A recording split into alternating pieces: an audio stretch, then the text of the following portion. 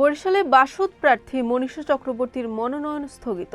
রমনা থানা ছাত্রলীগের সাধারণ সম্পাদক আহসান বরিশালে গ্রেফতার। পটুয়াখালীতে খাল খননে অনিয়মের অভিযোগ, ভেঙে পড়েছে সড়ক। বরিশালে 2 জনের মনোনয়ন বাতিল, স্থগিত 2 জন। শীতে বরগুনার ঝোপখালি চরে জমে উঠেছে পাখির প্রাণ চাঞ্চল্য।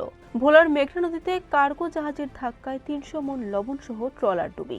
বরিশালের ওয়ার্কার্স পার্টির কার্যালয় ভাঙচুর। সবজিতে স্বস্তি, রোজার আগে বাড়ছে চিনির দাম। আসসালামু আলাইকুম। বরিশাল.নিউজ থেকে রাত 9টার শীর্ষ সংবাদ আমি ফারহানা করিম তুলি। এতক্ষণ শুনলেন সংবাদ শিরোনাম, এখন বিস্তারিত। হলফনামায় স্বাক্ষর না থাকায় ও অঙ্গীকারনামায় অসঙ্গতি থাকায় বরিশাল সদর আসনের বাসদের প্রার্থী ডক্টর মনীষা চক্রবর্তীর মনোনয়নপত্র স্থগিত করা হয়। বরিশালের সাধারণ জনগণের মধ্যে এখন মিশ্র প্রতিক্রিয়া দেখা যাচ্ছে।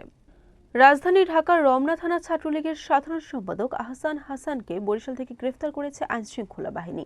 বরিশাল মেট্রোপলিটন কোতোয়ালি থানাধীন শহরের বিবির পুকুর পাড় সংলগ্ন এলাকা থেকে বৃহস্পতিবার গভীর রাতে তাকে গ্রেফতার করা হয়।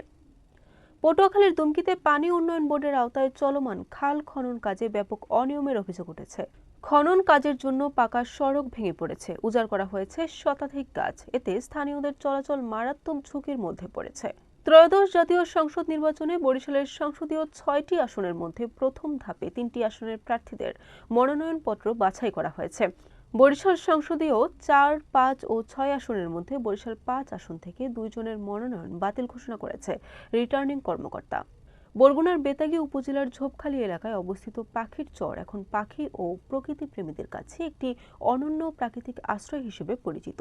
বছরের বিভিন্ন সময়ে এই চরে দেশীয় নানা প্রজাতির পাখির সমাগম ঘটে।